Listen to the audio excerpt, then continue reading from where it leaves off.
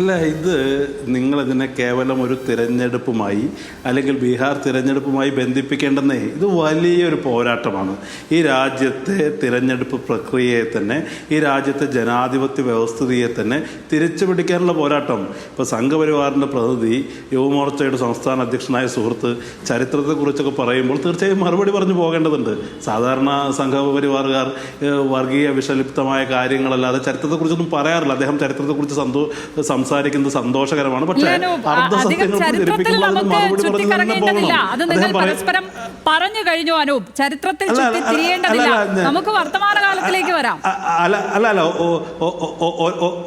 അത് വളരെ വേഗത്തിൽ തന്നെയാണ് വരുന്നത്. പിന്നെ അദ്ദേഹം ഞാൻ അവസാനിപ്പിക്കാന്നേ.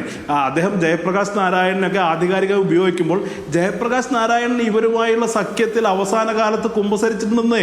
VP സിംഗ് ഇവരുടെ പിന്തുണ സ്വീകരിച്ചിൽ കുമ്പസരിച്ചിട്ടുണ്ട്. നിങ്ങൾ പറഞ്ഞതുകൊണ്ട് ഞാൻ ചരിത്രത്തെക്കുറിച്ചുള്ള സംസാരം ഇവിടെ അവസാനിപ്പിക്കുകയാണ്. ഒരു കാര്യം പറയുന്നത് ഇവിടെ വലിയൊരു യാഥാർത്ഥ്യമാണ്. ഇപ്പോൾ രാഹുൽ ഗാന്ധി ഉയർത്തിയ വിമർശനങ്ങളെ ആർക്കാണ് അവഗണിക്കാൻ കഴിയുന്നത്?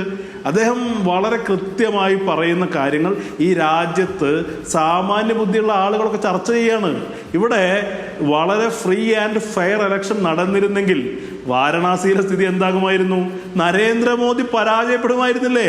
ഇവിടെ ഒരു പ്രത്യേക ഘട്ടത്തിൽ BJPയുടെ സ്ഥാനാർത്ഥികൾ പിന്നിലേക്ക് പോകുന്ന ഘട്ടത്തിൽ വളരെ കൃത്രിമമായി തിരിച്ചു പിടിക്കുകയാണ്. ഒരു മണ്ഡലത്തിലല്ല, വളരെ വ്യാപകമായി കൃത്രിമം നടന്നിട്ടുണ്ട് എന്ന് സാമാന്യ ബുദ്ധി സംഘപരിവാറിന് പണയം വെക്കാത്ത എല്ലാ മനുഷ്യരും മനസ്സിലാക്കുകയാണ്. അപ്പോൾ ഈ ഇലക്ഷൻ പ്രക്രിയയെ ശുദ്ധീകരിക്കണം.